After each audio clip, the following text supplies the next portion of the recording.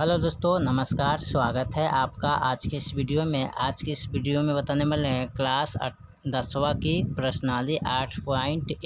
ठीक है, त्रिकोणमिति चैप्टर है। ठीक है, जो कि क्वेश्चन नंबर 1 को हल करेंगे। ठीक है, तो कह रहा है त्रिभुज ए बी सी में जिसका कोण बी समकोण है, ए बी 24 सेंटीमीटर है, बी सी 7 सेंटीमीटर है, निम्नलिखित का मान ज्ञात कीजिए। ठीक है, तो कह रहा है sign A cos A, sign C cos सी का मान यानी कि देखना है। ठीक है, तो चलिए इसको हल कर लेते हैं। चलिए, तो यहाँ पर त्रिकोणमिति पाठ 8 प्रश्नावली 8.1 क्वेश्चन नंबर 1 को हल करेंगे। ठीक है, तो यहाँ पर कर यहाँ त्रिभुज ए बी सी क्या है, समकोण त्रिभुज है। तो यहाँ पर क्या करिएगा, एगो समकोण त्रिभुज बनाइएगा। ठीक है, इस तरह का। ठीक है,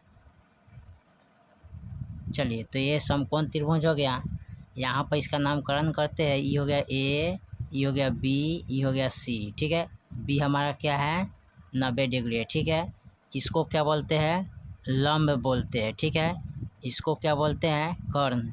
इसको क्या बोलते हैं, आधार। ठीक है, इसको पी से परपेंडिकुलर, एच से हाइपोटेनियस, बी से बेस यानी कि आधार। ठीक है, अब इसमें कह रहा है ए बी का मान दिया है। ठीक है, तो इसमें ए बी का जो मान दिया है ना, वो कितना दिया है, तो ए बी बराबर 24 है। ठीक है, तो इसका मान है 24। ठीक है, और बी सी का मान है 7, कर्ण का मान 8 दिया है। ठीक है, तो यहाँ पर लिखेंगे, यहाँ है त्रिभुज ए बी सी एक समकोण त्रिभुज है जिसमें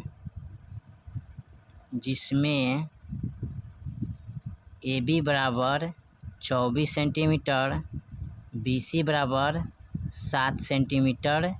ठीक है, ए सी बराबर 8। ठीक है, ए सी का मान निकालना है। ठीक है, तो चलिए सबसे पहले क्या करते हैं, कर्ण का मान निकालते हैं। तो कर्ण का मान निकालने के लिए क्या करते हैं, लिखते हैं फार्मूला कर्ण स्क्वायर बराबर लंब स्क्वायर प्लस आधार स्क्वायर। ठीक है, तो यहाँ पर लिखेंगे कर्ण।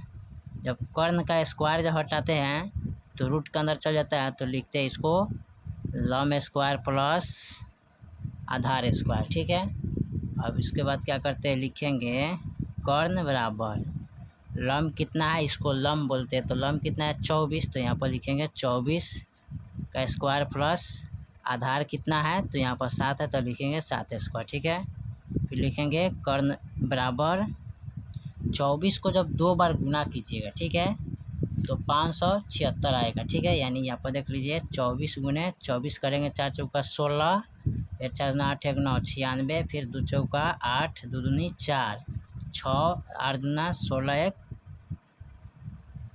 8 दूना 16 1 17, 4 1 5, 576 आएगा। ठीक है, तो यहाँ पर लिखिएगा 576 और 7 7 49। ठीक है, तो यहाँ पर कर्ण बराबर हो जाएगा, इसको जोड़िएगा 9 6 15 और 7 4 11 1 12 5 1 6, यानी कि 625 आ गया। ठीक है, अब 625 का वर्गमूल कितना होता है, तो इसका वर्गमूल होता है 25। ठीक है, यानी कि 625 का वर्गमूल कितना आएगा, 25। तो कर्ण का मान कितना आ गया, 25। तो यहाँ पर कितना लिखेंगे, 25।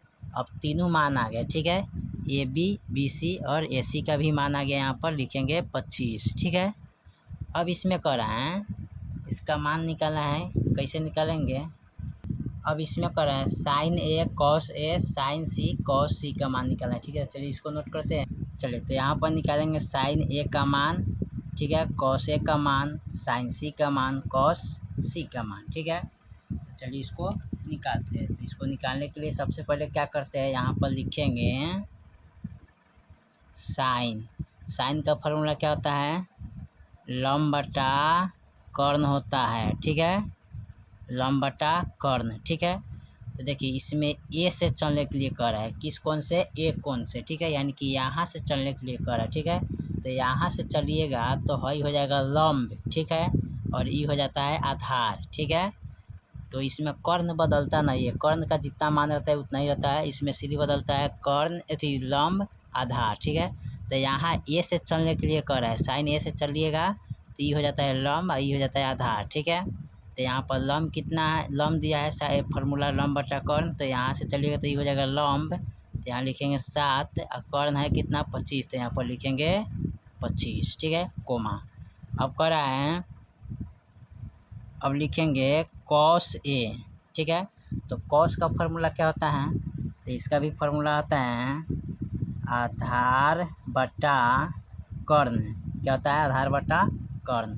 तो यहाँ पर ए से चलने के लिए कर रहा था, ए से चलिएगा तो ये हो जाएगा लंब, ठीक है, और ये हो जाएगा आधार, ठीक है। तो आधार कितना लिखेंगे 24, तो यहाँ पर लिखेंगे 24, कर्ण कितना 25, तो यहाँ पर लिखेंगे 25, ठीक है।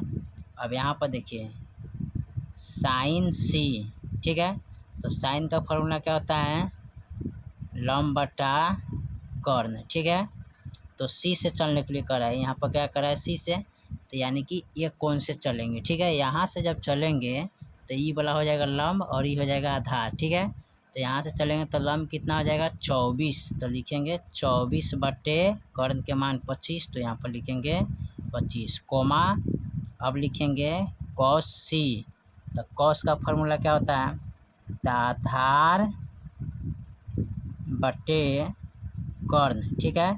तो सी से चलने के लिए करता है, सी से चलिएगा तो ये हो जाएगा लंब, ये हो जाएगा आधार, ठीक है। तो आधार के मान कितना है 7, तो यहाँ पर लिखेंगे 7, और कर्ण के मान कितना है 25, तो यहाँ लिखेंगे 25, ठीक है। चलिए तो ये हो गया आपका 24/25, ठीक है। यहाँ पर हो गया 7/25, ठीक है। यहाँ पर हो गया 24/25, यहाँ पर हो गया 7/25। फाइनल आपका यही आंसर होगा, ठीक है। चलिए तो क्वेश्चन नंबर 1 आपका कंप्लीट हो गया। फिर मिलते हैं अगले वीडियो में, तब तक के लिए जय हिंद जय भारत।